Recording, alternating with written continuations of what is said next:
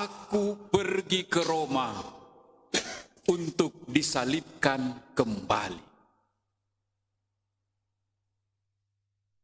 Salib, panggul salib dan ikuti aku. Sangat tegas kata-kata Yesus. Salib.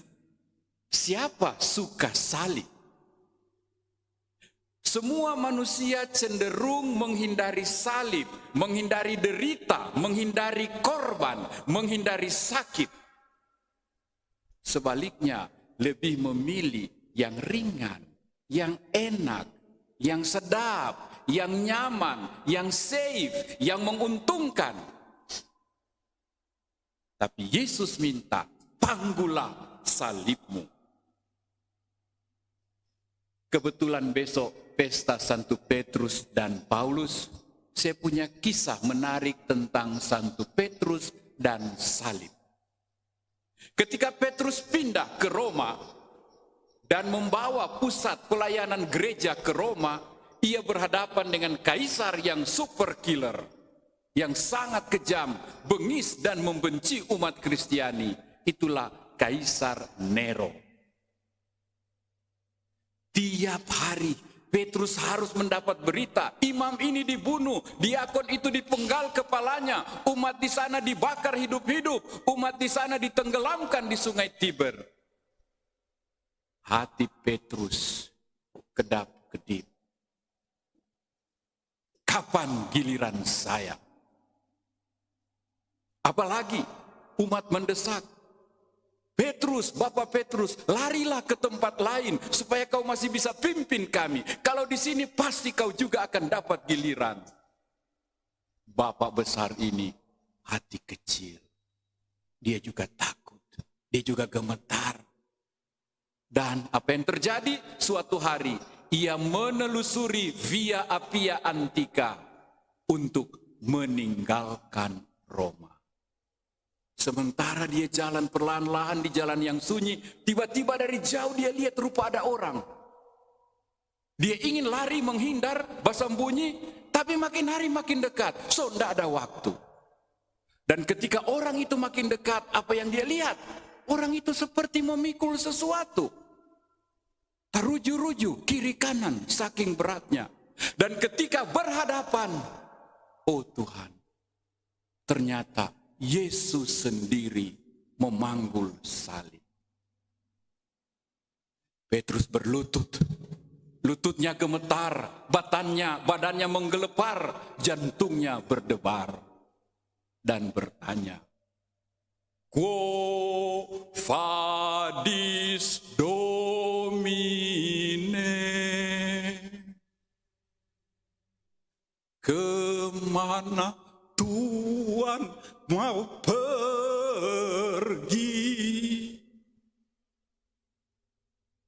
Dan Yesus menjawab, aku pergi ke Roma untuk disalibkan kembali.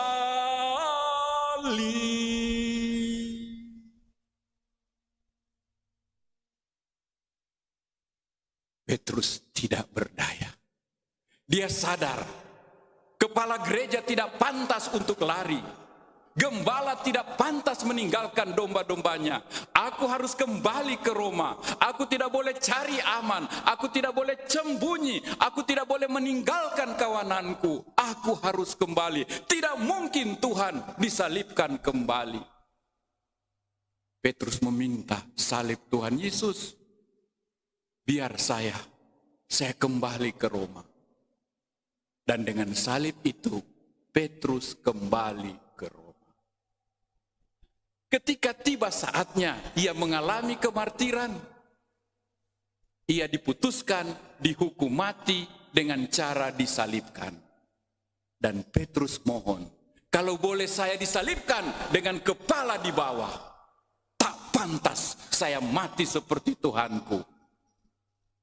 Biarlah saya disalibkan dengan kepala di bawah. Dan terjadilah demikian. Di tempat pertemuan antara Yesus dan Petrus ini, saat ini didirikan sebuah gereja namanya Quo Vadis Domine. Artinya, Tuhan, engkau mau kemana? Dan persis di muka pintu gereja ada batu di mana Yesus berdiri, dan di situ ada bekas telapak kaki Yesus. Saya sudah ke sana, saya sudah misa di sana, saya sudah berdoa di sana, dan saya berani beri kesaksian semuanya itu benar. Saudara-saudari, pelajaran apa yang bisa kita petik dari perintah Yesus? Panggulah salibmu dan ikutilah aku. Pertama, jangan menolak salib seberat apapun, sesulit apapun. Itulah konsekuensi kita orang Katolik. Dibaptis bersama Kristus, bangkit juga bersama Kristus. Maka seperti Kristus disalibkan, bangkit jaya, orang Katolik juga harus berani disalibkan, berani menderita, berani berkurban untuk berjaya bersamanya, untuk menang bersamanya, untuk bersatu dalam kerajaannya. Karena itu orang Katolik dengan bangga menempatkan korpus tubuh Yesus pada tiang salib. Karena apa? Bukan untuk menyalibkan Tuhan Yesus lagi, tetapi kita pengikut Kristus yang menderita berkorban karena cinta, lalu nanti akan meraja berkuasa bersamanya. Memang ada banyak alasan bagi kita untuk seperti Petrus. Rasa berat, rasa tidak mampu, rasa susah, rasa sulit, rasa tidak kuat. Tapi Yesus katakan, ikutilah aku. In hoc signo vinces. Dalam tanda salib ini, aku telah menang dan kamu akan menang. Nah, siapa dari antara kita yang hari-hari ini, bulan-bulan ini mungkin seperti Petrus, so ada rencana mau mundur, so lala di DPP. Ada mungkin ketua wilayah rohani yang so boleh jo kita, so pasti so sakit hati, orang kurang bilang ketua wilayah amplop jo, sasadiki so bawa amplop. Ketua komisi, WK, Komsosto. Mungkin bila ada solala, soalnya mampu, terlalu berat, terlalu sulit.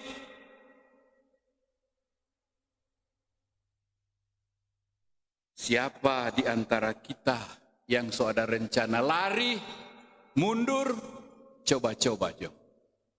Nanti baku dapat di perempatan dengan Yesus, pegang pikul salib, baru ngana rasa. Kedua, memanggul salib penting, tapi tidak selalu berdarah-darah. Dengar, memanggul salib tidak selalu harus berdarah-darah. Buktinya apa? Bacaan pertama tadi. Pasutri, pasangan suami istri, memberikan makan, memberikan minum pada tamu yang lewat, pada orang asing yang lewat. Melayani. Lama-lama sediakan kamar, dia kata jauh, dia kata dalam perjalanan, siapkan kamar, menginap. Berbuat baik pada orang lain, itu adalah memanggul salib. Meringankan derita kesulitan, meringankan beban sesama, itu adalah ikut juga memanggul salib orang lain. Dan lihat apa yang dialami pasutri itu. Mereka yang dengan murah hati, dengan gembira melayani dan memberi, mereka dapat berkat. Tahun depan ketika saya lewat di sini, kamu sudah gendong adik. Kamu sudah akan dapat bayi. Sadia jo DP nama, sadia jo DP baju, sadia jo DP buek-buek. Semua dapat kok ngoni. Oh Tuhan. Hanya sebuah perbuatan baik kecil, hanya sebuah kebaikan hati kecil, Tuhan membalasnya dengan melimpah. Dan Yesus tegaskan itu, siapa yang memberi satu cangkir air sekalipun, dia tidak akan kehilangan upahnya. Dan upah dari Tuhan beda dengan upah dari bendahara. Upah dari Tuhan beda dengan upah dari majikan. Tuhan tahu yang terbaik untuk kita. Terima kasih untuk siapa saja yang telah ikut memanggul salib lewat cara-cara sederhana. Membantu orang lain, bikin lancar orang lain, menolong orang lain. Terima kasih Om Roni, kostor kita.